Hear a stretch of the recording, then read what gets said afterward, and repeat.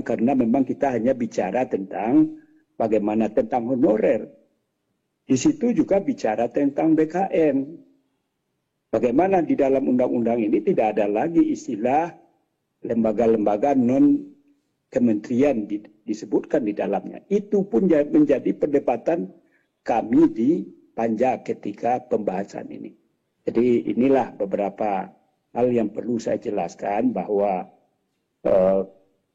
kenapa kami melakukan revisi itu memang semata-mata berdasarkan kajian yang dilakukan oleh Komisi 2, lalu kita komunikasikan dengan pihak pemerintah, akhirnya pemerintah menyetujui untuk melakukan revisi ini.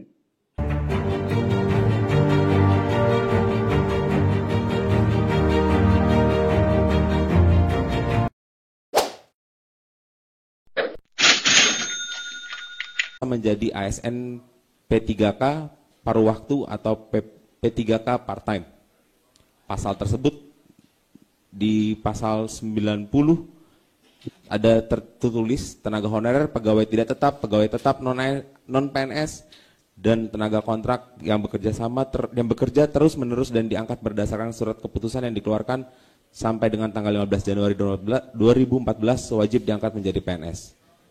Ya, sekarang kita akan mendengarkan langsung juga dari, mungkin pertama kita mendengarkan dari Pak Gus Pardi, bagaimana proses pembahasannya terakhir sebelum masa reses kembali terkait dengan revisi Undang-Undang ASN, dan bagaimana target-target ke depannya untuk pembahasan revisi Undang-Undang ASN.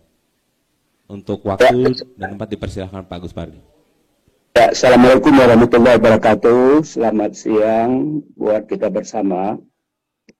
Pertama, saya tentu memberikan apresiasi kepada teman-teman yang peduli bicara tentang non-ASN, sehingga dijadikan pada siang hari ini untuk menjadi topik pembahasan kita dalam diskusi yang sangat luar biasa ini. Pertama, perlu saya menyampaikan bahwa revisi Undang-Undang Nomor 5 Tahun 2014 itu adalah merupakan hak inisiatif dari Komisi 2. Yang ketika itu kita usulkan pada masa Pak Menteri Cahyokumolo almarhum. Ketika itu memang terjadi juga diskusi yang hangat tentang perlu adanya revisi itu atau bagaimana. Setelah kita melakukan urun rembuk dan lain sebagainya, akhirnya disepakati bahwa antara pihak Komisi 2 dengan pemerintah sepakat untuk melakukan revisi Undang-Undang Nomor 5 Tahun 2014 tersebut. Lalu apa-apa saja yang akan dilakukan perevisian terhadap undang-undang itu? Pertama adalah tentang eksistensi KASN, Komisi Aparatur Negara. Bagaimana eksistensi daripada KASN ini? Apakah akan dihilangkan atau dilakukan penguatan terhadap lembaga itu? Kemudian berjalannya waktu, kebetulan Pak Cahyokumolo meninggal dan digantikan oleh, lanjut Kang yang gagah Pak Mardhani Alisera, yang saya udah rindu berat dan udah lama nggak ketemu. Lalu saya lanjut ya Pak Mardhani. Nah, saya lanjut. Lalu dengan meninggalnya Pak Cahyokumolo, Pak Jokowi mempercayakan Pak Azwar Anas sebagai pengganti beliau. Ketika masa jabatan beliau tersebut, beliau mengeluarkan surat edaran ke seluruh bupati, wali kota, gubernur, dan kementerian dan lembaga seluruh Indonesia untuk melakukan penataan terhadap non-AS ini. sebagaimana dikatakan tadi pada prolognya moderator, memang betul bahwa jumlah daripada non-ASN itu sebetulnya berapa. Belum jelas, belum pernah akurasi terhadap jumlah non-ASN itu. Pertama dikatakan 400, 700, 1, sekian, sampai dengan setelah dilakukannya surat edaran oleh Pak Menteri, barulah ada jawaban bahwa jumlah non-ASN itu yang terdata oleh Kementerian ATR, Menpan RB ini adalah 2,3 juta dengan ketentuan yang dibuat dalam surat edaran tersebut. Dan saya yakin dan percaya jumlah ini pasti akan membengkak. Karena saya juga sudah sampaikan ketika RDP dengan Pak Menpan RB, masih banyak orang-orang yang belum terupdate datanya dikarenakan oleh berbagai hal.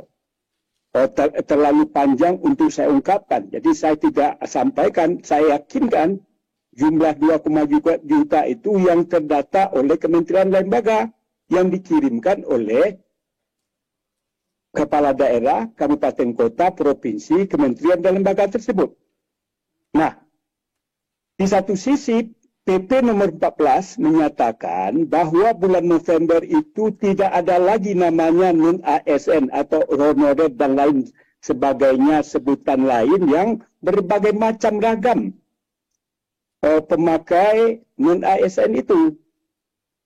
Lalu ini adalah juga bahagian dari revisi undang-undang yang kita inginkan. Nah, akhirnya dalam pembahasan kami dari Komisi 2 sudah menyampaikan persoalan ini, DIM ini kepada pemerintah, dalam hal ini Menpan RB. Dan alhamdulillah pembahasannya sudah selesai. Pembahasannya sudah selesai dan kita sudah melakukan pembahasan dengan Kementerian Menpan RB ini secara intens, secara terstruktur, masif, dan lain sebagainya.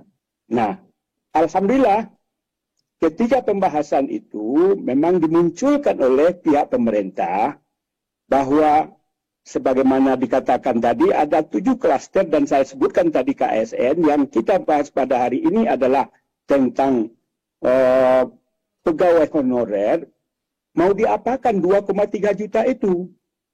Lalu pemerintah menyatakan komitmennya dan kita dukung Komisi 2 terhadap komitmen yang disampaikan oleh pemerintah. Apa itu komitmen?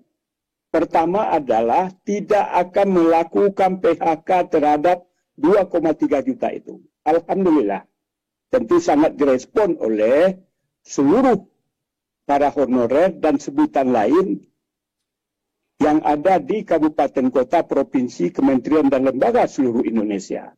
Yang kedua adalah jaminan yang disampaikan oleh pemerintah tidak akan berkurang kesejahteraan yang didapat ketika mereka berstatus sebagai non-ASN itu.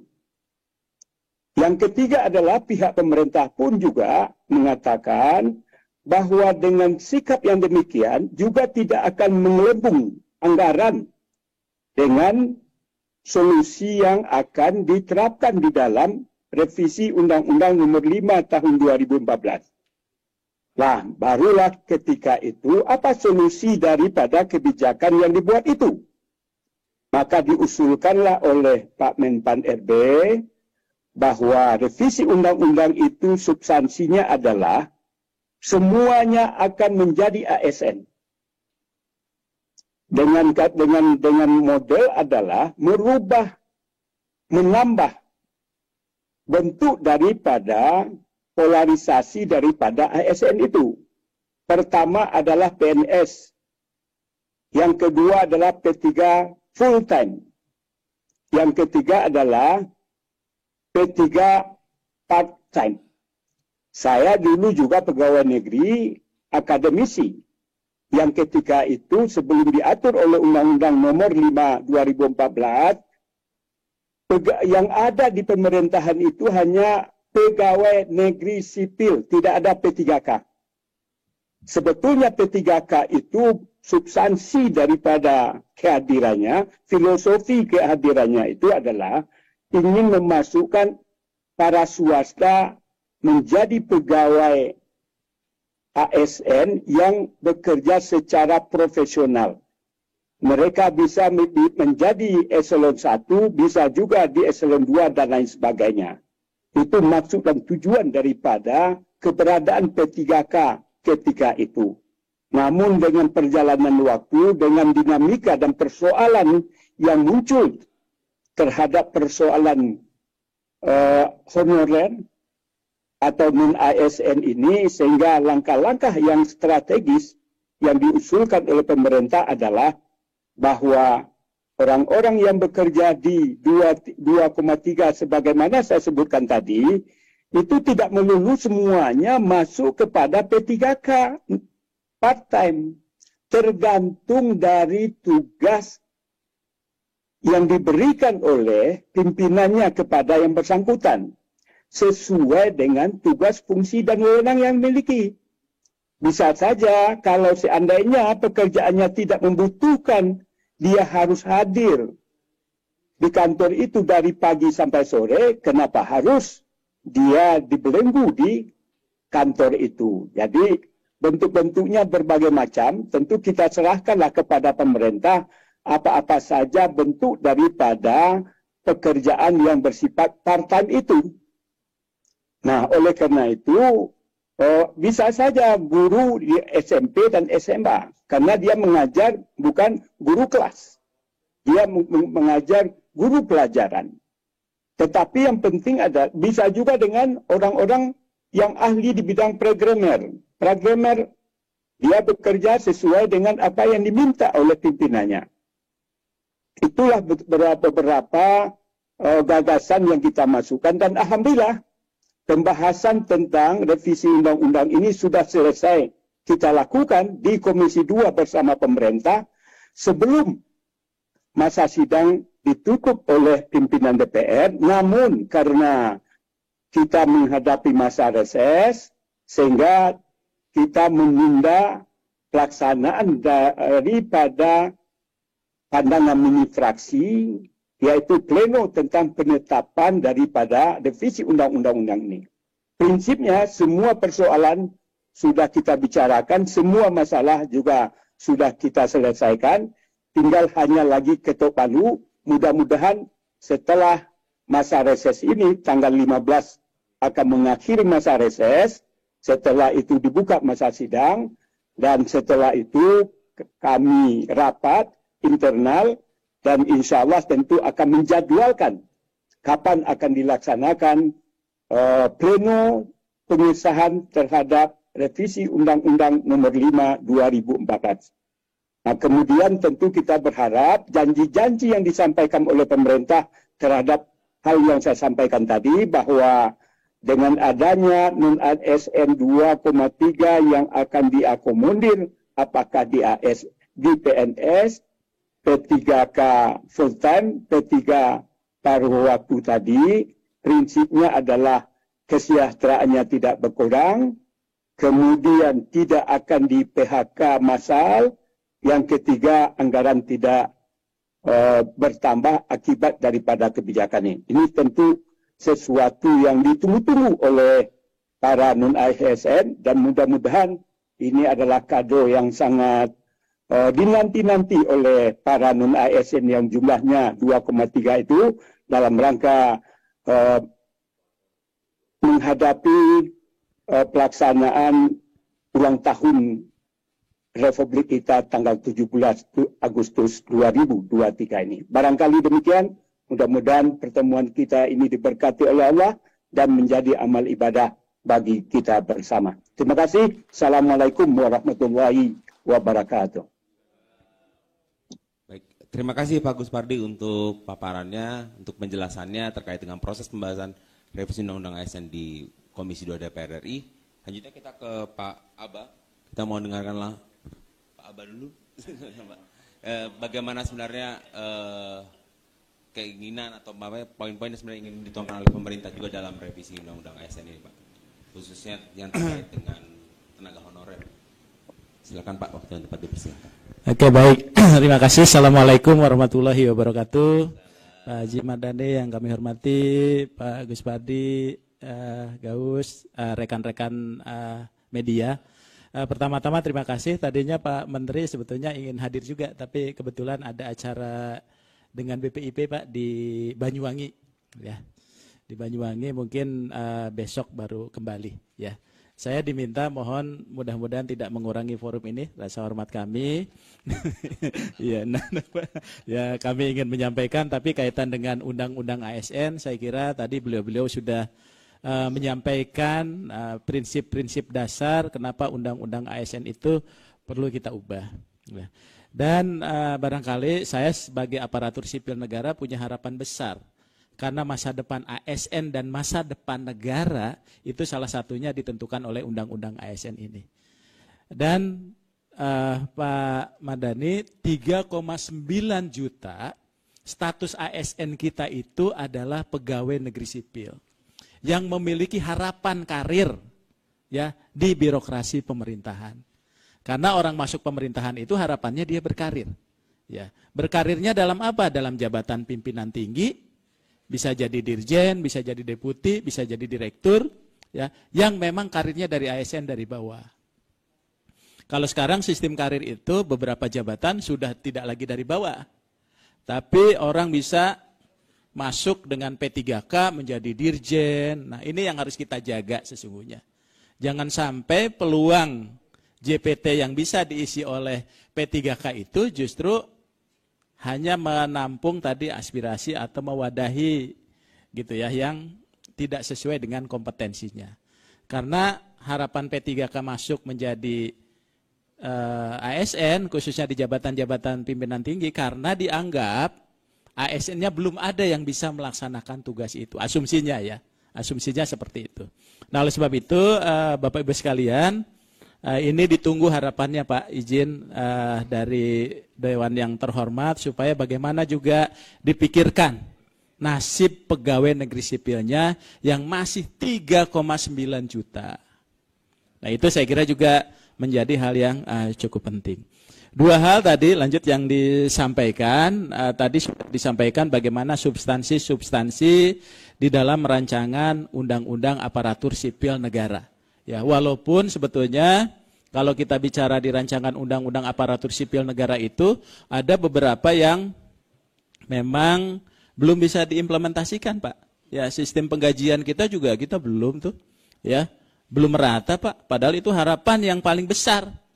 Ya, jadi belum merata, ya. Jadi ada yang mata air, ada yang air mata. Jadi ya belum semuanya merata gitu ya. Jadi itu justru menjadi bagian penting dalam kerangka kesejahteraan ASN kita. Mudah-mudahan ini pun jadi substansi di dalam RUU ASN ini, ya, karena itu harapan seluruhnya, termasuk keadilan bagi yang diangkat menjadi P3K. Nah, P3K ini sebetulnya tujuannya adalah kita ingin mengakomodasi tenaga-tenaga profesional, para diaspora yang ada di luar negeri, Pak. Kalau sekarang dia jadi PNS, di luar negeri sudah jadi profesor, dia akan jadi asisten ahli lagi, kan gitu ya. Harapannya dengan P3K itu dia di sana profesor, ke sini pun profesor, kan gitu, Pak. Ya, kalau dia PNS dia harus dari bawah, kan gitu. Nah, prinsip dasar ini barangkali yang menjadikan bahwa P3K itu sangat diperlukan. Kita tidak ada tenaga ahli di bidang kapal, ya. Kalau dia langsung dari PNS, wah ternyata belum, ternyata ada ahli di luar. Itu P3K seharusnya dia bisa dilakukan gitu ya. Lanjut. Nah, oleh sebab itu lanjut aja ya. Lanjut ya. Reformasi birokrasi kita yang sudah kita lakukan itu di bidang SDM adalah bagaimana tadi kita hadapi berbagai permasalahan di ASN sehingga Bapak Ibu sekalian ASN itu fokus bekerja. Ya, dia terlepas dari kecurangan, dari politisasi dan sebagainya. Ya, sehingga betul-betul ASN itu bisa fokus bagaimana mencapai kinerja. Kalau kami sih ingin fokus bahwa dengan undang-undang ini juga kami bisa fokus bekerja, tapi juga kami dihargai. Ya, kami dihargai. Sehingga apa? Tadi ketika kita fokus bekerja, kesejahteraannya juga diperhatikan, sistem karirnya diperlakukan adil, Ya mungkin ini akan menghindari hal-hal yang sering terjadi saat ini. Ya tadi ada kecurangan dan sebagainya. Di daerah Pak itu juga harus lebih dilindungi lagi. Ya karena politik di daerah juga mungkin akan berbeda dengan di kita. Ya dia suruh netral tapi susah. Ya mereka bilang Pak kalau kami netral, karir kami ikut netral. Nah ini yang repot gitu ya. Nah ini ya artinya Bapak Ibu sekalian perlindungan di dalam undang-undang ini penting Pak. Ya, kalau udah netral karir repot Pak, naik enggak turun enggak, gitu ya, itu ya. Nah oleh sebab itu Bapak Ibu sekalian masalah-masalah non ASN ini pun bukan hanya tadi dituntut, tapi dari aspek ASN-nya pun harus dapat porsi perhatian. Tapi penegakan disiplin jadi penting. Ketika sudah kita lakukan seperti itu, penegakan disiplinnya menjadi penting. Kita sikat tuh ASN-ASN yang memang melakukan pelanggaran. Jadi ada keseimbangan. Ya, ada keseimbangan. Jadi artinya kalau saat ini kan ASN itu sering jadi objek gitu ya. Beda dengan dulu. Nah, oleh sebab itu Bapak Ibu sekalian, fasilitasnya belum kita dapat secara penuh sebagai aparatur sipil negara. Berapa gaji seorang deputi, seorang dirjen dibandingkan dengan direksi misalnya. Padahal punya beban yang sama gitu ya. Nah ini Bapak Ibu sekalian penting. Lanjut. Nah kita punya banyak regulasi sesungguhnya ya. Kita sudah banyak regulasi dan regulasi di dalam Undang-Undang 5 2014 itu belum semuanya bisa terimplementasi. Ya. Tapi perubahan-perubahan itu kan terus bergerak ya. Perubahan-perubahan itu terus bergerak. Nah dengan perubahan-perubahan itu barangkali menuntut ke arah yang lebih baik. Jangan sampai nanti kita mengubah tapi justru jadi kontraproduktif. Jadi barangkali izin Pak, kami mewakili ASN juga gitu ya. Saya baru mau 30 tahun lah jadi ASN gitu ya. Mungkin perubahan-perubahan ini kan belum kita rasakan di ASN itu tadi sistem karir yang lebih adil, sistem kesejahteraan dan mudah-mudahan revisi ini mengarahnya ke sana. Jadi fokus kita itu bukan hanya penyelesaian tenaga non ASN. Penyelesaian tenaga non ASN honor itu bagian kecil aja kalau menurut saya. Itu kan persoalan tuntutan. Ya di kita ini kadang-kadang seleksi itu kayak orang bagi sembako Pak. Ya bagi sembako gitu kalau nggak kebagian wajib dapat. Saya ngelamar ke Astra kalau nggak lulus selesai Pak. Kan gitu ya. Tapi di kita ini tuntutannya luar biasa. Kita kemarin Pak Menteri menyampaikan isu reformulasi gitu. Sekarang ini banyak yang nelpon ke saya Pak. Bahwa kapan dong reformulasi ini? Kami kan pengen jadi ASN gitu ya. Dia bilang tenang, tadi kami baru rapat tentang itu. Jadi akhirnya kita memikirkan yang seharusnya dari awal ini sudah proporsional sebetulnya berjalan. Tapi inilah yang terjadi di kita sehingga kita ini sangat akomodatif. Sehingga ketika akomodatif persoalan ini harus kita selesaikan. Ya kalau tidak akomodatif sebetulnya itu selesai Pak, orang tidak lulus kan selesai. Honorer kan ada kontraknya selesai. Dia tidak punya SPTJM selesai. Tapi ini tahun 2005 dia gugat masih menang Pak tahun ini. Gitu Pak. Jadi luar biasa. Jadi problematika di ASN kita ini luar biasa. Makanya kami ini sesungguhnya ingin menormalisasi sistem pengadaan kita. Kita buka sistem pengadaan, NAB-nya tinggiin, silahkan orang bertempur di situ. Tapi undang-undang ASN sudah menjamin karirnya, menjamin kesejahteraannya dan sebagainya. Nah mudah-mudahan ini barangkali kalau menurut saya sih penting di dalam revisi undang-undang ASN ini. Terus lanjut, kemudian lanjut aja. Ya, terus lanjut, skenario kita di dalam PPPP ini yang nanti mungkin akan dicabut dengan undang-undang ASN termasuk RPP manajemen ASN-nya.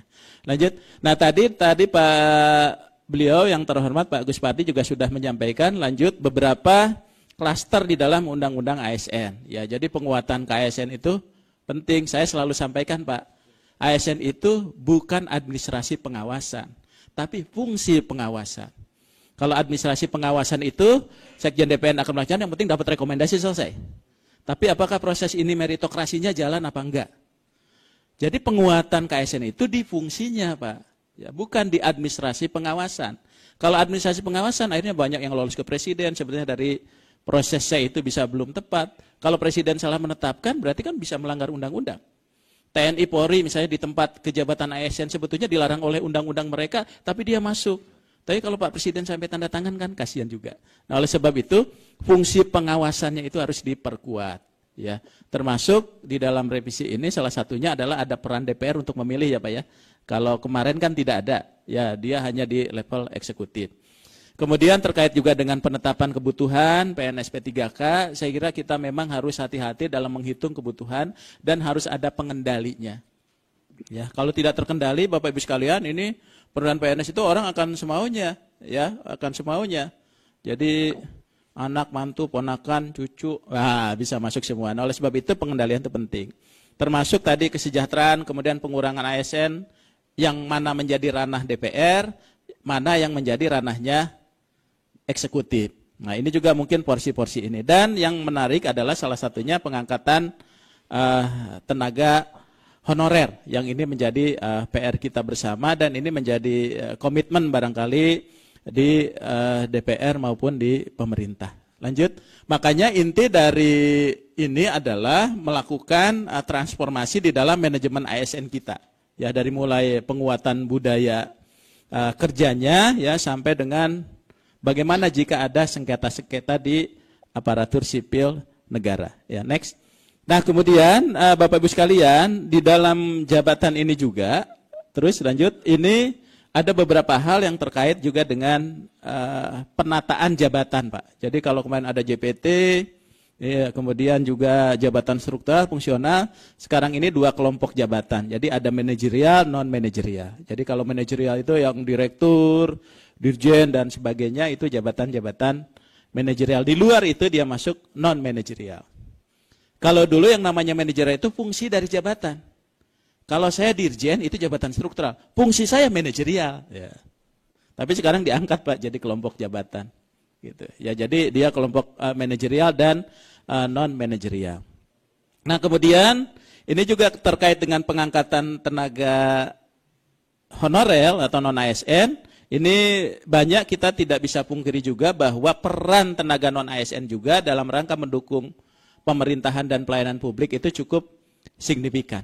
Jadi di beberapa jabatan dia memang punya kontribusi yang mendukung tugas dan fungsi organisasi itu, Pak. Itu yang tidak bisa kesampingkan.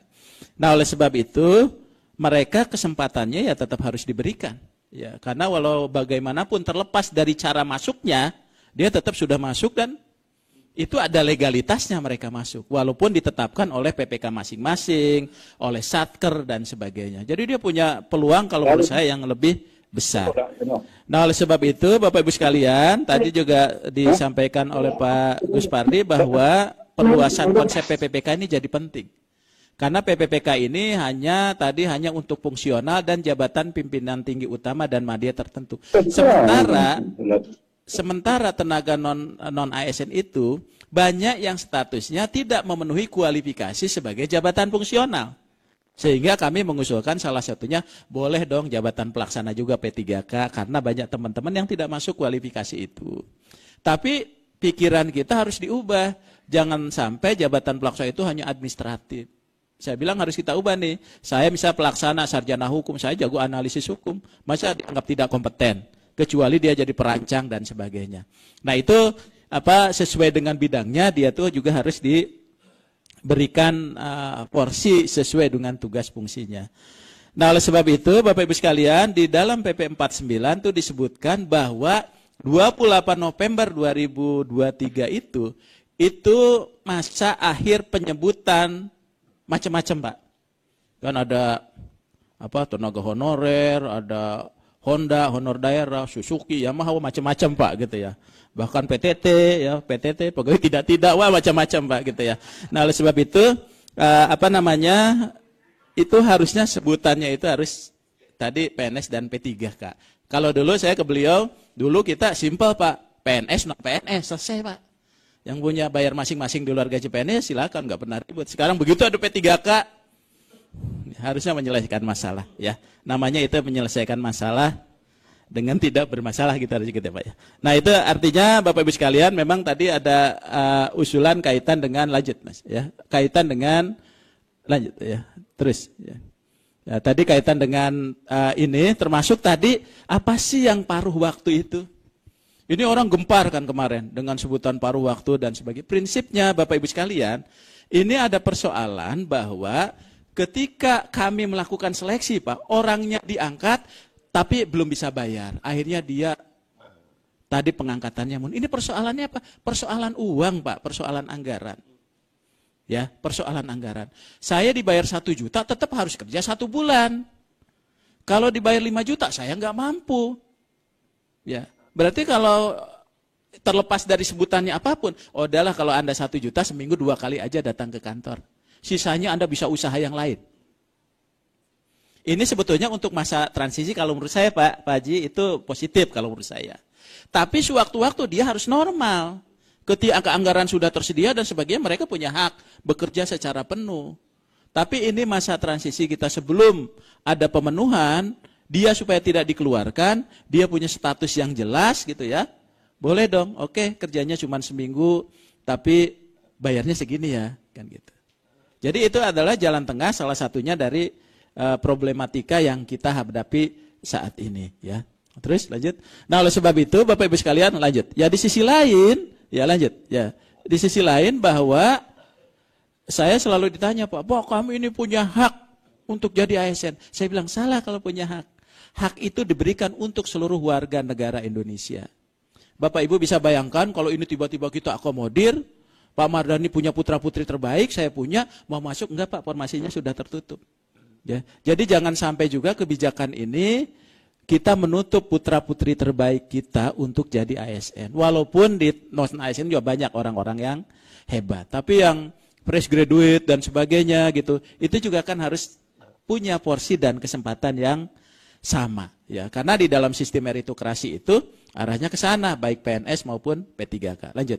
Dan memang tujuan ASN kita, ya tujuan ASN kita tadi Bapak Ibu sekalian mulia sekali tuh. Kita ingin memiliki karakteristik pribadi, penyelenggara pelayanan publik, ya peran sebagai perekat NKRI karena ada di mana-mana, makanya dia harus netral tadi, ya intelijensianya dan sebagainya, termasuk perilaku Pak.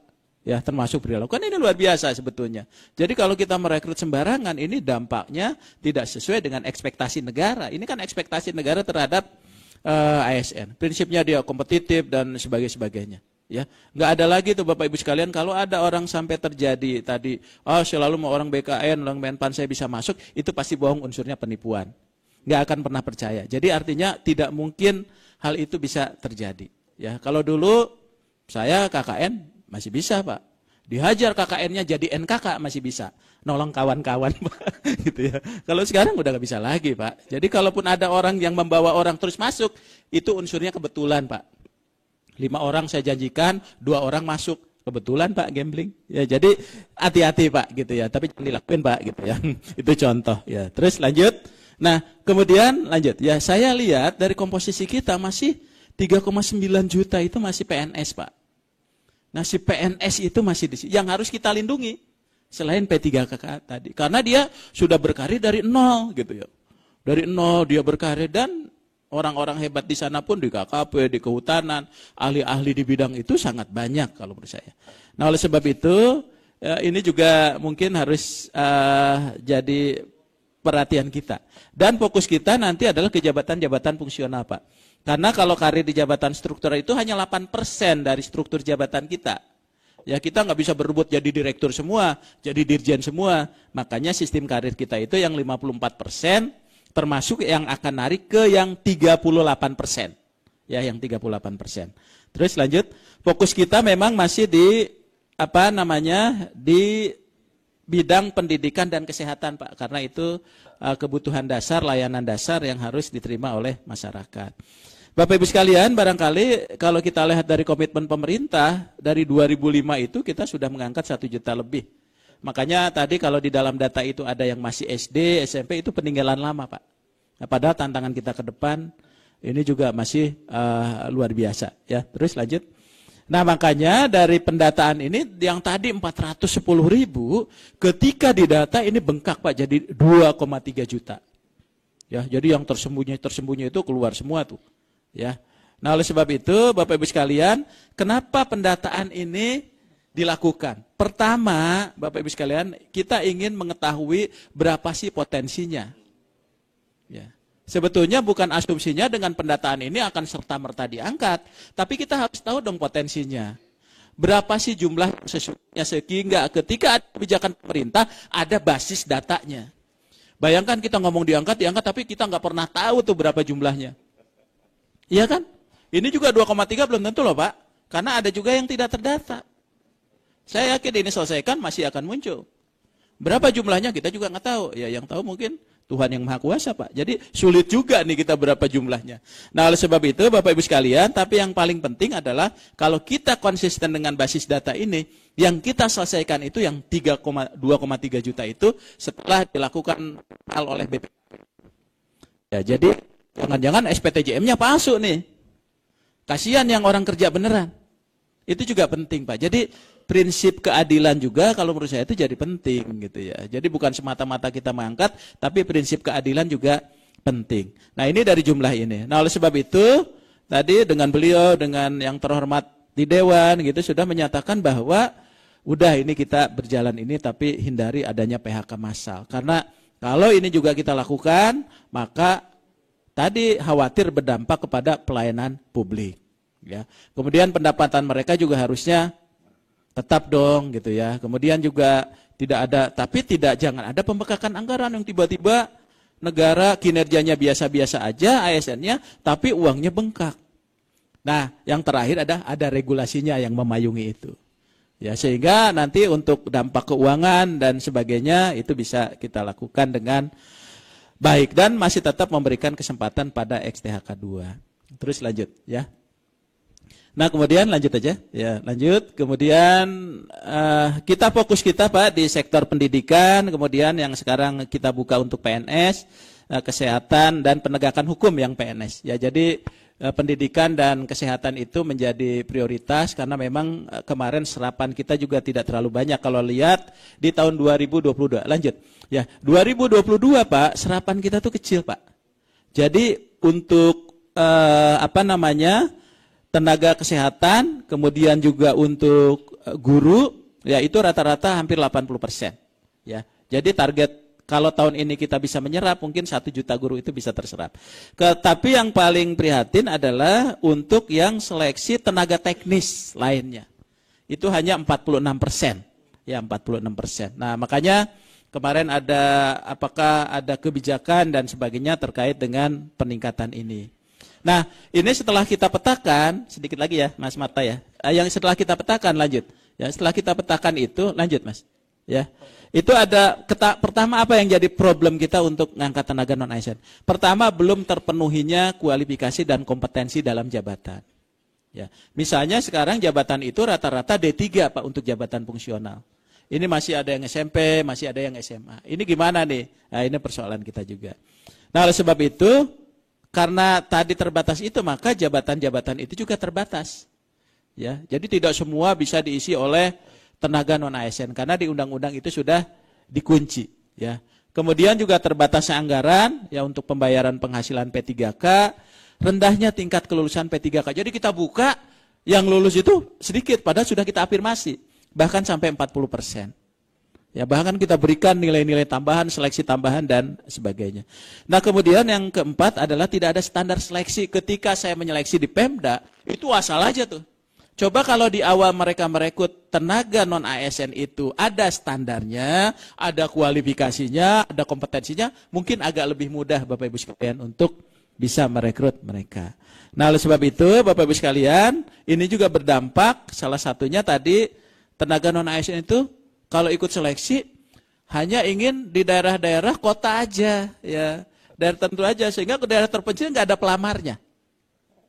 Ya, ini juga barangkali Bapak Ibu sekalian jadi masalah. Nah, oleh sebab itu lanjut terkait dengan tadi disampaikan Pak Gus kaitan 28 November 2023 itu, sebetulnya Bapak Ibu sekalian PP 49 itu waktu itu mengamanatkan setelah ada PP 49 2018 itu tidak boleh lagi non ASN. Yang boleh 5 tahun itu yang udah ada sampai 5 tahun gitu.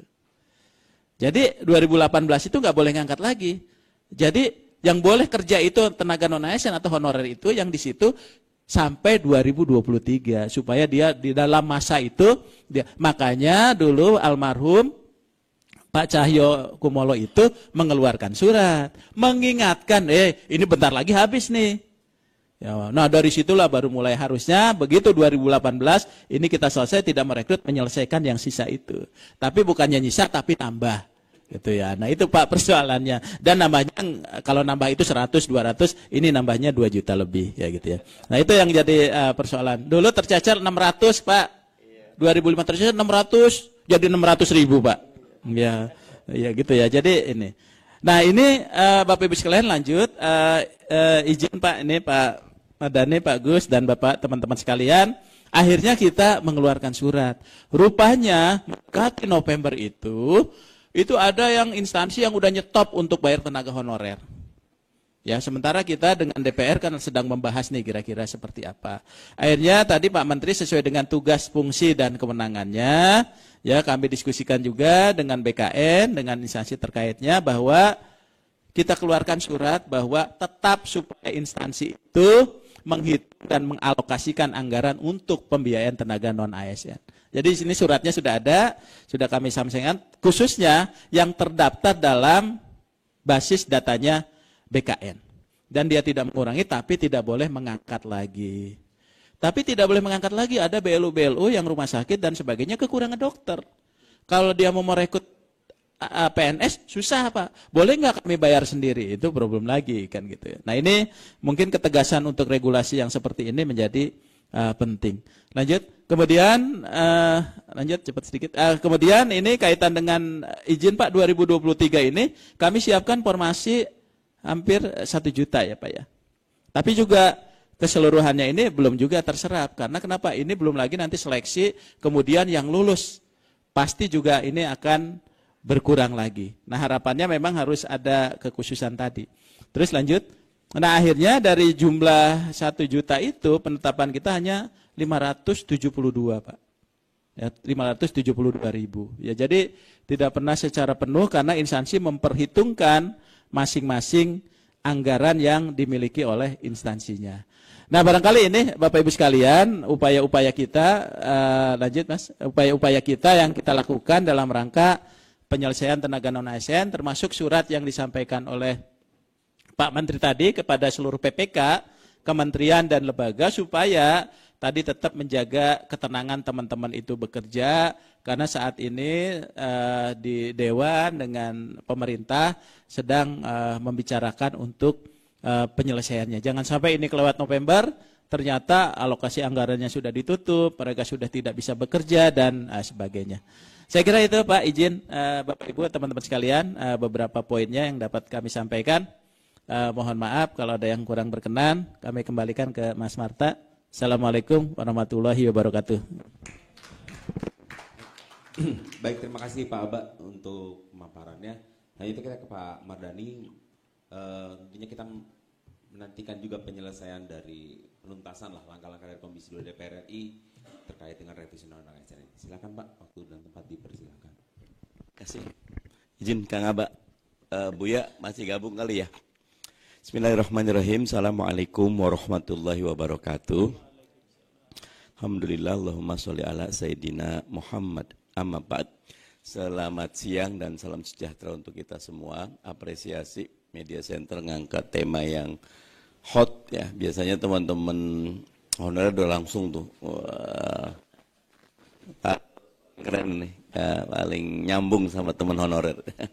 Buya, saya wrapping aja ya. Yang pertama, kita tahu bahwa tidak bisa Indonesia maju kecuali birokrasi kita juga memang punya kapasitas, punya integritas, tapi saat yang sama juga punya isi tas ya. Nah, bukan cuma kepala daerah gitu loh. Karena itu struktur penggajian dan lain-lain perlu betul-betul kita tuntaskan dan tidak boleh ayam sama telur ya. Karena itu di revisi undang-undang ini kita lagi berharap ada tadi harapan teman-teman ASN yang 3,9 itu bisa tuntas. Yang kedua, catatan terhadap P3K nih ya, jenis dan spesifikasi pekerjaannya masih masuk keranjang, termasuk pendetailannya. Kalau teman-teman perhatiin kemarin Nadiem mengatakan perlu tenaga pendidikan 1 juta. Ya. Karena hitungannya begitu. Tapi karena di breakdown ke teman-teman Pemda khususnya, dan teman-teman Pemda sampai sekarang ada ketidakjelasan dalam bab penggajian berikutnya dari P3K, ternyata yang masuk cuma 600 itu loh. 600 ketika diseleksi dapetnya 300-400 itu dari target 1 juta itu. Akhirnya saat yang sama teman-teman P3K yang lulus 2019 aja masih ada yang belum diangkat gitu. Karena pengangkatan semuanya nanti urusannya dengan unit kerja Pemdanya. Kita rapikan. Yang ketiga tentu kita lagi berharap teman-teman ASN seperti juga teman-teman jurnalis kita punya Dewan Pers yang jagain etikanya, muatan KASN, Komite Aparatur Sipil Negara, yang selama ini sudah berjuang tapi nggak ada giginya karena setiap rekomendasinya ya seringkali tidak punya kekuatan. Nah kita ingin menguatkan agar seperti juga profesi yang lain, birokrat atau ASN atau P3K juga punya standar etik, standar yang perlindungan, jangan sampai mereka tidak mendapatkan perlindungan. Terakhir yang keempat yang saya lihat, karena ini dari DPR dan sudah hampir selesai, nanti kita akan mudah-mudahan pemerintah, sebenarnya periode lalu juga udah, tapi pemerintah periode lalu tuh agak maju mundur untuk merevisinya. Mudah-mudahan Pak Jokowi dan pemerintah betul-betul bisa menanggapi ini. Kurang-kurangnya masih ada waktu DIM dari pemerintah untuk menyempurnakan. Walaupun kami berapa kali melakukan considering dengan teman-teman Pan RB, karena teman-teman Pan RB punya visi yang bagus. Nggak usah nunggu selesai, dari sekarang aja kita bisa koordinasi, sehingga ketika udah jadi diserahkan ke pemerintah, DIM-nya udah jadi, cepat jalannya. Karena memang kita punya masalah untuk tadi meningkatkan kualitas, kapasitas, isi tas dari ASN. Terakhir untuk yang honorer, ini perlu kata kuncinya tidak di pemerintah pusat, tapi ada di KL ataupun di teman-teman Pemda ya. Karena saya periode lalu saya juga Komisi 2 ya. Kita ingat K1 udah hampir selesai, K2 juga udah mau selesai, hitungan kita nggak sampai 400.000 lagi. Pas dibuka sekarang 2,4, hampir 2,4, jadi nambah 2 juta lagi gitu. Nah ini yang akhirnya Kementerian Keuangan wajar kalau selalu exercise ini gimana nggak kelar-kelar gitu loh. 3,9 ditambah 2,4 jadinya tidak sesuai dengan reforma birokrasi. Reformasi birokrasi itu miskin struktur, kaya fungsi gitu loh.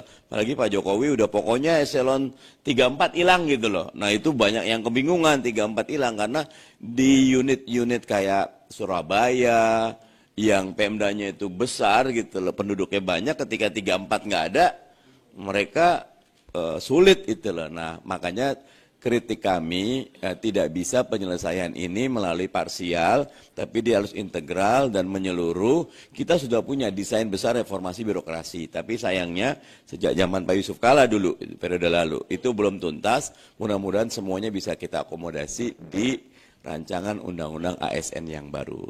Itu saja. Terima kasih. Assalamualaikum warahmatullahi wabarakatuh. Baik, terima kasih Pak Mardhani. Sekarang kita masuk ke sesi tanya jawab, sesi diskusi. Saya buka satu termin saja di 3 penanya. Siapa yang mau bertanya? Pak Daniel. Lanjut satu lagi. Oke. Dari yang paling belakang sama. Baik, ada Pak. Maaf Pak, ada Pak. Silakan maju. Assalamualaikum warahmatullahi wabarakatuh. Terima kasih. Tes 1.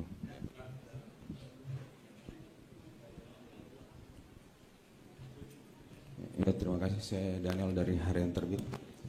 Kepada Bapak Abah Subagja dan Bapak Mardhani Alisera yang kami hormati.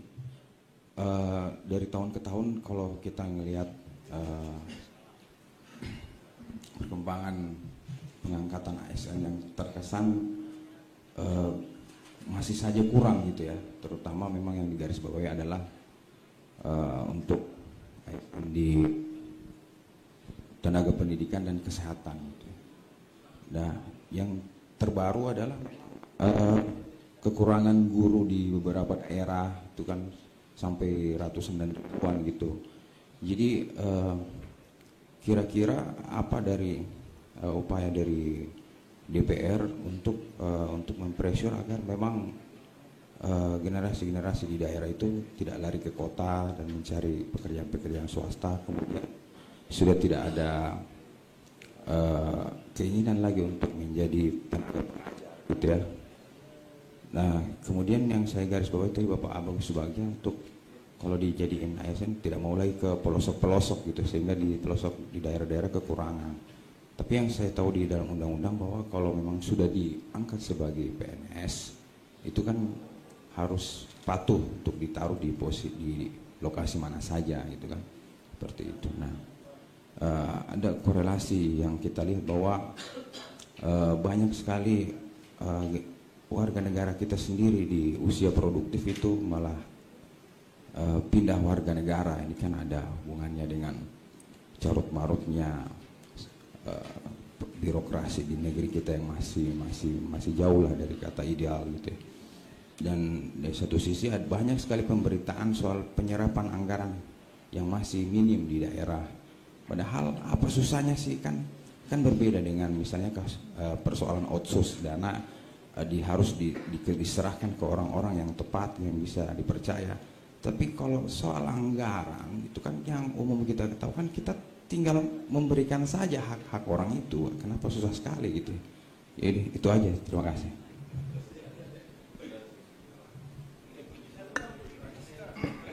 Assalamualaikum warahmatullahi wabarakatuh. Era berakhirnya sebutan non-ASN ini pada 28 November 2023 ya. Gimana nasib mereka Pak? Soalnya yang terdata 2,3 juta. Meski secara halus tidak di PHK-kan, tapi menurut saya ini kebijakan ini kalau diterapkan maka akan menjadi PSB, pemberhentian secara berangsur Pak. Jadi bagaimana Pak melihat kebijakan hal ini? Terima kasih.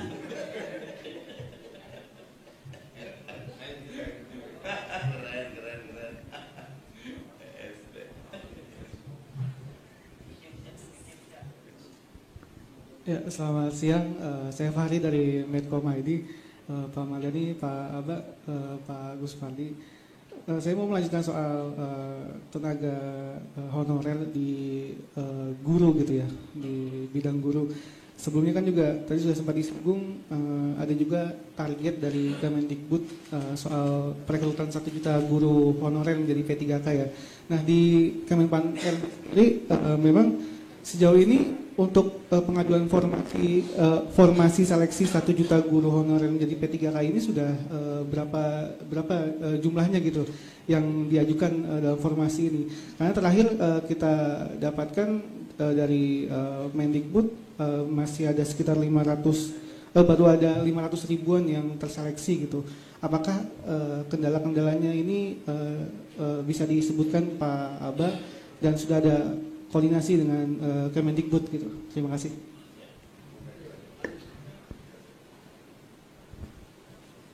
Baik, terima kasih. Saya Freddy dari JPNN. Pertama untuk Pak Gus Pardi dan Pak Dani Sera. Abang berdua mungkin mewakili Komisi 2. Saya ingin pertanyaan, apakah serius merevisi Undang-Undang ASN? Mengapa untuk pertanyaan? Karena sebenarnya sejumlah beberapa tahun yang lalu itu wacana revisi itu sudah dimunculkan. Bahkan mentoknya justru di Komisi 2 misalnya. Dan bersama juga dengan pemerintah. Desakan dari para honorer itu cukup kencang. Nah, apakah karena menjelang tahun politik lalu kemudian merasa cukup serius untuk melakukan revisi dalam rangka mengakomodasi kepentingan tenaga honorer? Yang kedua, beberapa hari yang lalu saya wawancara beberapa guru honorer yang kebetulan datang di Jakarta untuk mengikuti wisuda universitas terbuka. Dan saat itu pengangkatan adalah ijazah SMA dengan gaji sebagai guru honorer di daerah terpencil, saya sebut saja di Sumba Barat Daya NTT, itu ada yang 750, 800, bahkan 1 juta untuk per bulan. Sementara volume kerjanya sama dengan guru ASN, memegang kelas juga dan lain sebagainya. Nah, kira-kira dengan mereka menjadi status sarjana, apakah dipikirkan dalam revisi undang-undang ke depan penyesuaian dengan tingkat pendidikan misalnya, sehingga berdampak juga pada peningkatan kesejahteraan mereka? Terima kasih. Dulu ya, kita langsung mendengarkan, kita langsung minta tanggapannya dari dari Pak anggota, dari anggota dewan, dari pemerintah juga. Pertama ke Pak Gus Pardi Gaus dulu.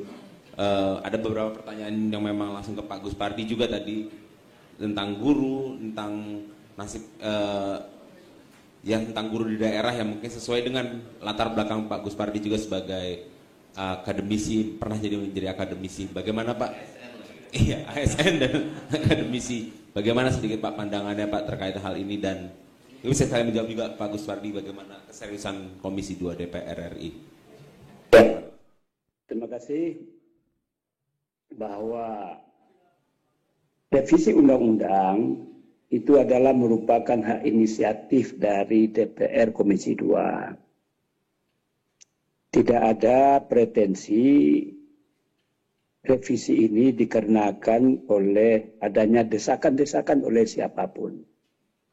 Tetapi itu murni berdasarkan kajian kita ketika itu di Komisi 2. Malah ketika itu pada masa Pak Cahyokumolo masih menjabat sebagai menteri, beliau dari narasi tulisan beliau ketika memaparkan kepada kami, pemerintah agaknya keberatan ketika itu.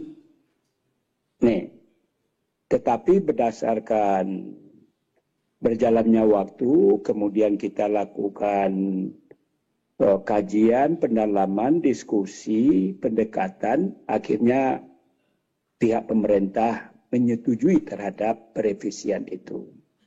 Jadi semata-mata ini merupakan kajian yang mendalam karena memang banyak hal yang perlu kita lakukan penguatan terhadap beberapa institusi, begitu juga persoalan-persoalan yang mengemuka seperti yang saya sampaikan tadi.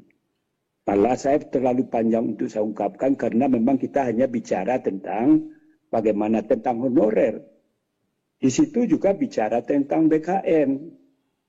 Bagaimana di dalam undang-undang ini tidak ada lagi istilah lembaga-lembaga non-kementerian disebutkan di dalamnya. Itu pun menjadi perdebatan kami di Panja ketika pembahasan ini.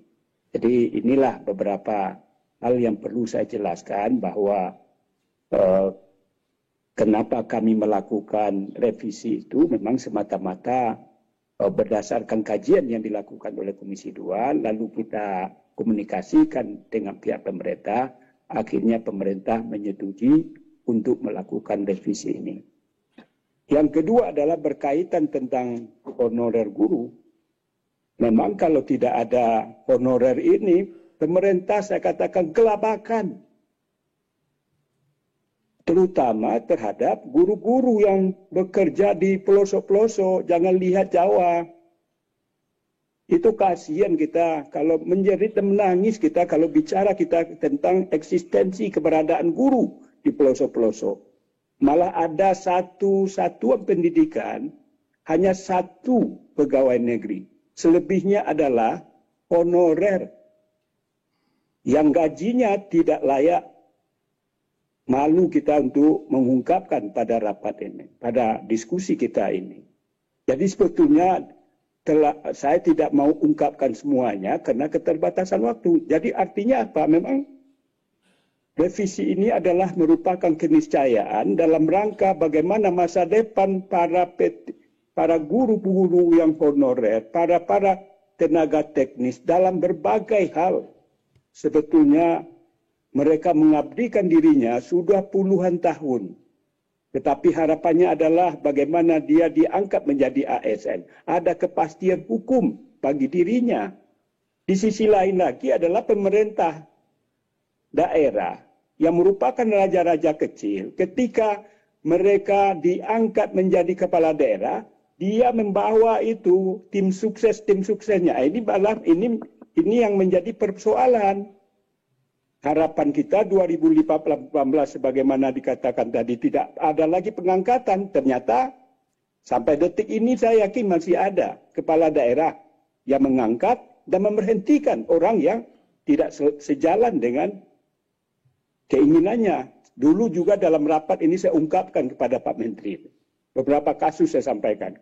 Termasuk juga saya katakan 2,3 juta yang disebutkan tadi. Saya juga ungkapkan pada Pak Menteri. Ada di Pariaman, di mana BKD-nya tidak menginput data orang-orang yang dia mengadu kepada saya. Ada juga di daerah saya itu di Solo Selatan. Dan juga ketika ada konferensi yang dilaksanakan di MPR, saya sebagai narasumber, itu pun saya ungkapkan. Banyak persoalan-persoalan yang sebetulnya, dia artinya adalah memang kita berharap bagaimana janji, termasuk lagi misalkan K2. K2 itu harusnya mereka-mereka itu serta-merta jadi pegawai negeri. Itu janji daripada pemerintah. Bengkalai. Kalau janji kan harus dilunasi, dibayar. Tidak perlu lagi pakai tes dan lain sebagainya. Ini karena memang bengkalai harus diakomodir. Jadi banyak-banyak hal yang sebetulnya ingin saya ungkapkan dalam forum yang sangat luar biasa ini terhadap bagaimana kita menata masa depan terhadap aparatur sipil negara ini. Memang di satu sisi lagi tentu kita berharap bahwa kualitas dari mereka-mereka yang diakomodir juga sebagaimana paparan tadi. Sebetulnya saya kemarin di PPSDM di Baso. Di Kementerian Dalam Negeri sebagai narasumber, ini pun juga saya sampaikan persoalan-persoalan ASN ini juga tidak sederhana. Di mana misalkan masalah pelayanan, masalah birokrasi dan lain sebagainya. Itu memang sengaja tidak saya sampaikan. Saya katakan kepada Pak Menteri, orang malas berurusan dengan birokrasi. Ini kalau ingin buka-bukaan saya kan nggak mau bicara itu tadi. Saya hanya bicara tentang P3K, bicara tentang P3 partai full time. Kalau kita bedah mengenai birokrasi ini, aduh, jauh panggang dari api. Oleh karena itu, ini adalah merupakan tugas dan tanggung jawab kami sebagai mitra dengan pemerintah di Menpan RB ini. Bagaimana ke depan kita perlu melakukan pembenahan birokrasi, pembenahan aparatur, pembenahan hal-hal yang berkaitan terhadap pelayanan kepada masyarakat dan lain sebagainya. Mudah-mudahan dengan adanya revisi undang-undang ini, kita berharap ada perbaikan ke arah sebagaimana harapan daripada masyarakat, baik tentang honorer, mengenai pelayanan, begitu juga kesejahteraan dan lain sebagainya. Barangkali demikian, terima kasih. Assalamualaikum warahmatullahi wabarakatuh. Ya, selanjutnya ke Pak Mardani. Pak, izin Pak, tadi ada beberapa pertanyaan juga Pak. Mungkin terkait dengan 28 November itu Pak, 28 November 2023, kekhawatiran tentu ada di para tenaga honorer. Apalagi Komisi 2 DPR ini kan sebenarnya tulang punggung juga untuk pesta demokrasi kita yang terbesar. Konsentrasinya bagaimana Pak untuk menyelesaikan revisi undang-undang ASN Pak? Terima kasih Pak. Terima kasih, saya coba beberapa ya. Yang pertama tadi PSB ya. Saya PSM, pemerintahan secara massal nanti. Nah itu berbahaya sekali. Di depan Pak Menteri, waktu RDP saya sampaikan momennya krusial sekali. 28 November itu pas hari pertama atau hari kedua kita kampanye itu loh. Ada kejadian kayak gini berbahaya sekali ya. Bersyukurnya Pak Menteri dan tentu Pak Jokowi lah ya. Betul-betul menganggap serius ini sehingga sudah ada kesepakatan Komisi 2 dengan Pan RB tidak boleh ada pemecatan, ya, tidak boleh ada pemberhentian massal. Tapi ini nggak selesai. Poin 2-nya bagaimana mekanisme, karena tadi angkanya terus berkembang. waktu saya ingat sekali K1 udah hampir semua tahun 2015 itu di zaman SBY. K2 juga semakin besar, sempat 60.000, sisa 60.000, terakhir ngembang lagi jadi 400.000. Ya. Sekarang angkanya di 2,4 itu loh. Nah kalau ini pun katanya Kang Aba tadi bilang, ini kalau kita belum cut off, nambah terus itu loh. Sehingga kita bab kebersihan datanya ini di kita ini masih luar biasa, backdate segala macam masih bisa diakal-akalin gitu loh.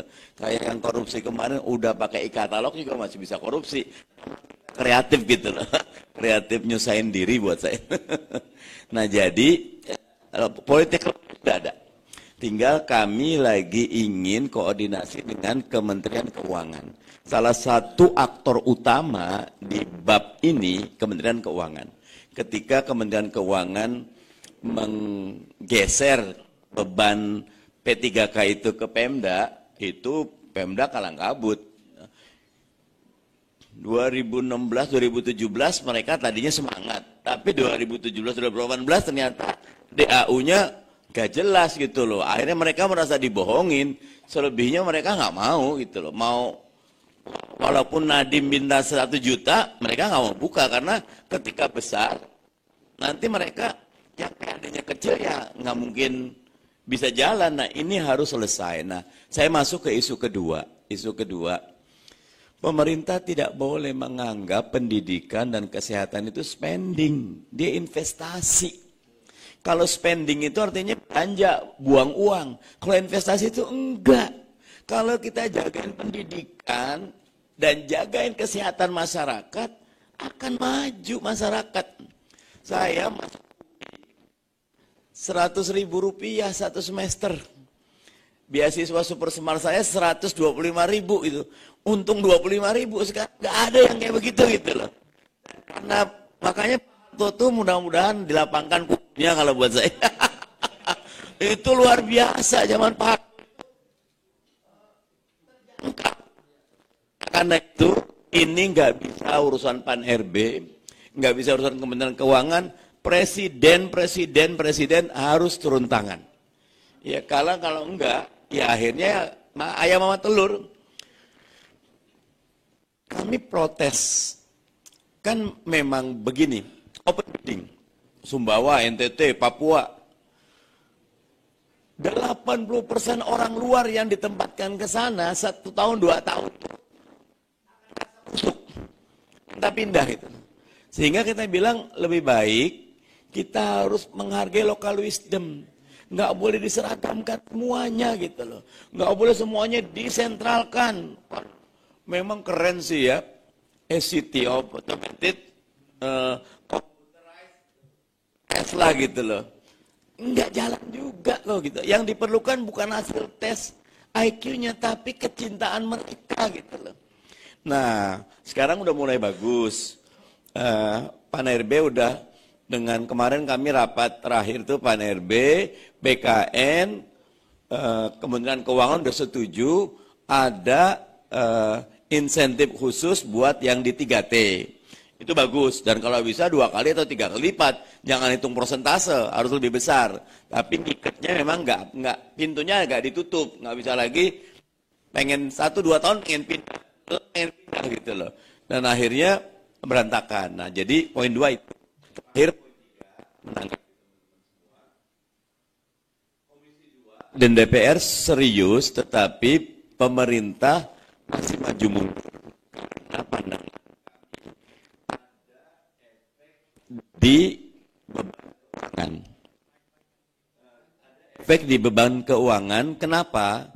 Kalau semuanya di P3K kan, ya, kalau semua di P3K kan, maka yang terjadi cost-nya itu besar sekali. Dan saya tidak menyalahkan Bu Menkyu, karena tadi saya minta maaf ini ya kepada teman honorer itu mulia-mulia, tapi sebagian keranjang besar honorer itu ada yang jalur bukan jalur merit system, political system gitu loh.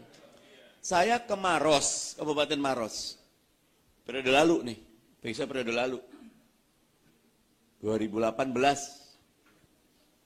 mereka baru ngangkat 600 honorer. Saat yang sama mereka buka open bidding fresh graduate 30. Bupati harusnya bilang, Pak, beban kerja yang 30 jauh lebih besar ketimbang yang 600. Dan bersihin yang 2,4 yang nanti 3 karena dia. Nah akhirnya kita perlu ada keputusan politik yang keras dan tegas, dan itu tidak bisa diambil di level kementerian. Ini harus di level presiden. Terima kasih.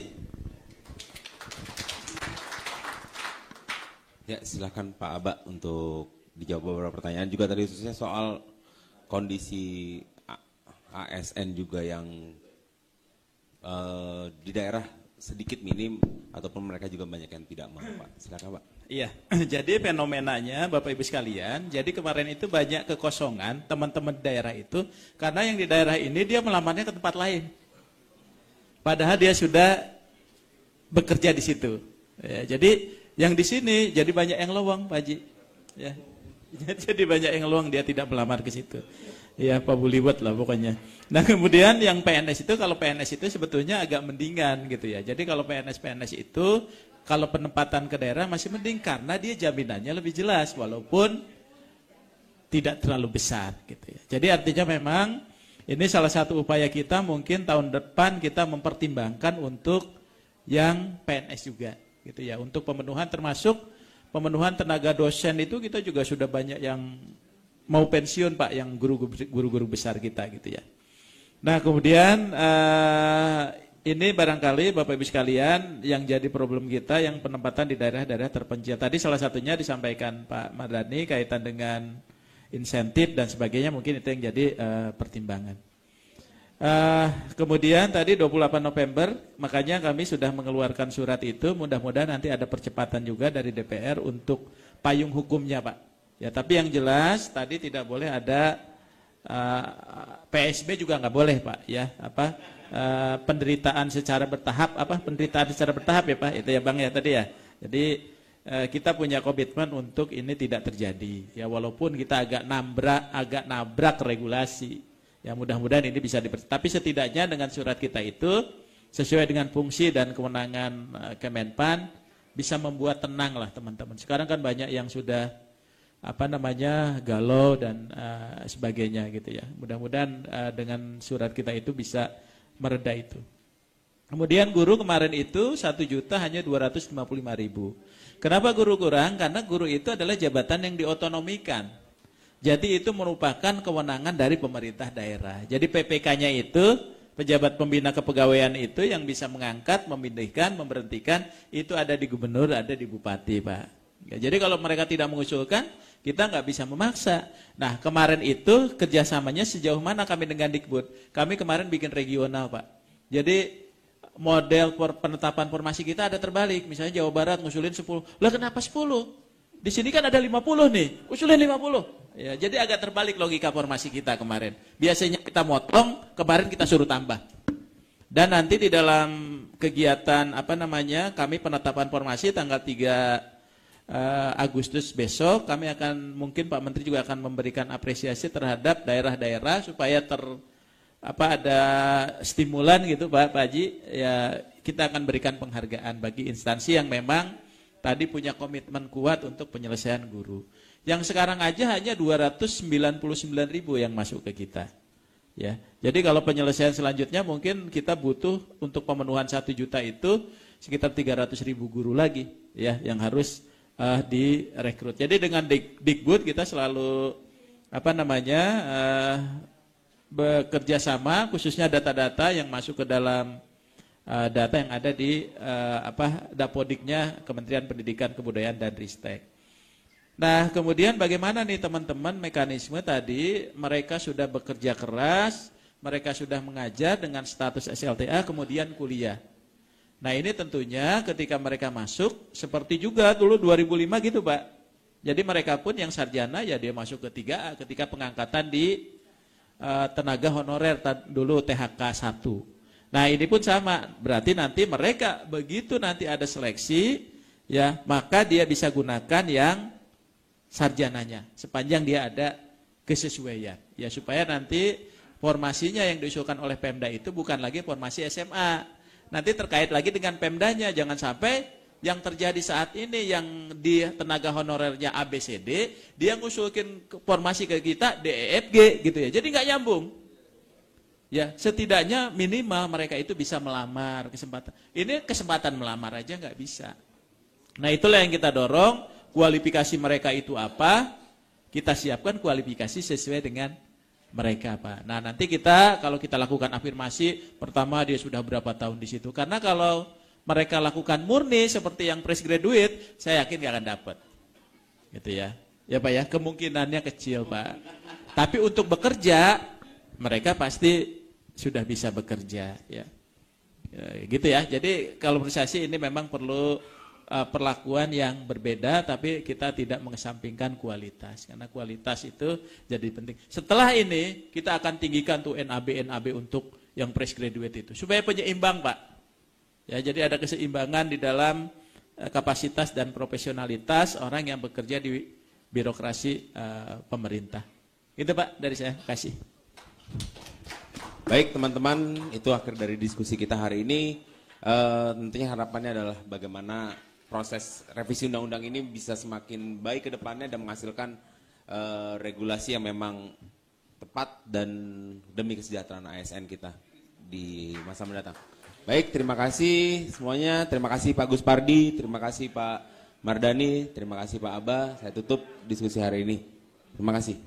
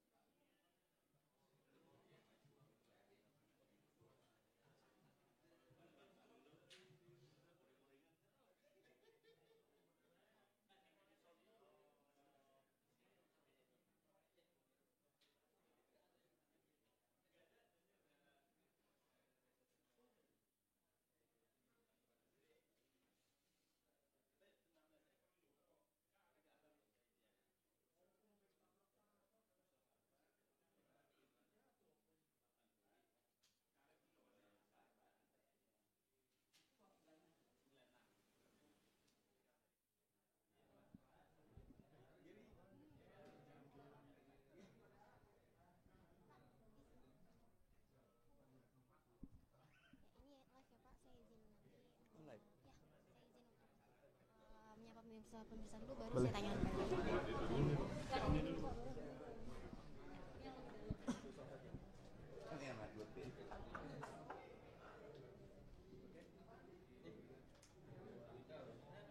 Baik pemirsa TVRI Parlemen, baru saja kita saksikan bersama forum legislasi dengan tema revisi Undang-Undang ASN dan juga nasib tenaga honorer. Dan untuk mengetahui lebih lanjut terkait dengan pembahasan pada forum legislasi hari ini, saya akan langsung berbincang dengan salah satu anggota dari Komisi 2 DPR RI, yakni Bapak Mardani Alisera ya Pak. Baik nih Pak, yang ingin saya tanyakan terkait dengan mekanisme dari pelaksanaan pengangkatan P3K tenaga honorer yang mana pada 28 November nanti sudah tidak ada lagi tenaga honorer, ini seperti apa mekanismenya nih Pak? Ya, yang pertama kami sudah punya payung hukum dalam bentuk kesepakatan ya, belum dalam bentuk undang-undang karena masih direvisi. Kesepakatannya adalah Kementerian Pan-RB mewakili pemerintah dan Komisi 2 mewakili DPR RI sepakat tidak boleh ada pemecatan, pemberhentian atau penelantaran kepada seluruh tenaga honorer yang terkena peraturan 28 November 2023 mesti dihapus. Yang kedua, disepakati jendelanya melalui P3K. Yang ketiga, kami mendesak agar ada keistimewaan, tidak perlu melalui tes, karena kalau dites seringnya nggak lolos, passing grade ketinggian atau kapasitas mereka tidak. Nah, dengan 3 kesepakatan ini harapan kami 28 November tidak ada PHK massal buat teman-teman honorer. Kita jagain itu. Kemudian nih Pak, kualifikasi untuk dari P3K part-time dan juga P3K full ini seperti apa? Mengingat jumlah dari tenaga honorer yang cukup banyak saat ini nih Pak. Yang sudah di-exercise, kita punya prioritas. Contohnya tenaga pendidikan, tenaga kesehatan, sama tenaga teknis, ya, untuk penyuluh dan segala macam, itu kita sudah list. Kita rombongan pertama ini dulu, karena ini bagaimanapun tidak tergantikan. Nanti rombongan kedua baru quote and unquote tenaga administrasi dan lain-lain, itu bisa masuk rombongan kedua. Nah, tentu ini semua memerlukan political will dari pemerintah. Kami betul-betul mengetuk hati pemerintah, Presiden Jokowi dalam hal ini benar-benar ikut serta dan menjaga sehingga tidak ada bencana massal di 28 November. Terima kasih Pak. Iya, sama. Baik pemirsa TVRI Parlemen, itu saja bincang-bincang saya dengan Bapak Mardhani Alisera terkait dengan revisi Undang-Undang ASN dan juga nasib dari para tenaga honorer. Dan tentu saja bahwa tanggal 28 November 2023 ini harapan dari seluruh tenaga honorer agar kepastian terkait dengan pengangkatan P3K segera dilangsungkan oleh pemerintah dan juga DPR. Dan pemirsa, saya Nazia Sudirja beserta seluruh kru TVRI Parlemen yang bertugas mengucapkan terima kasih dan sampai jumpa.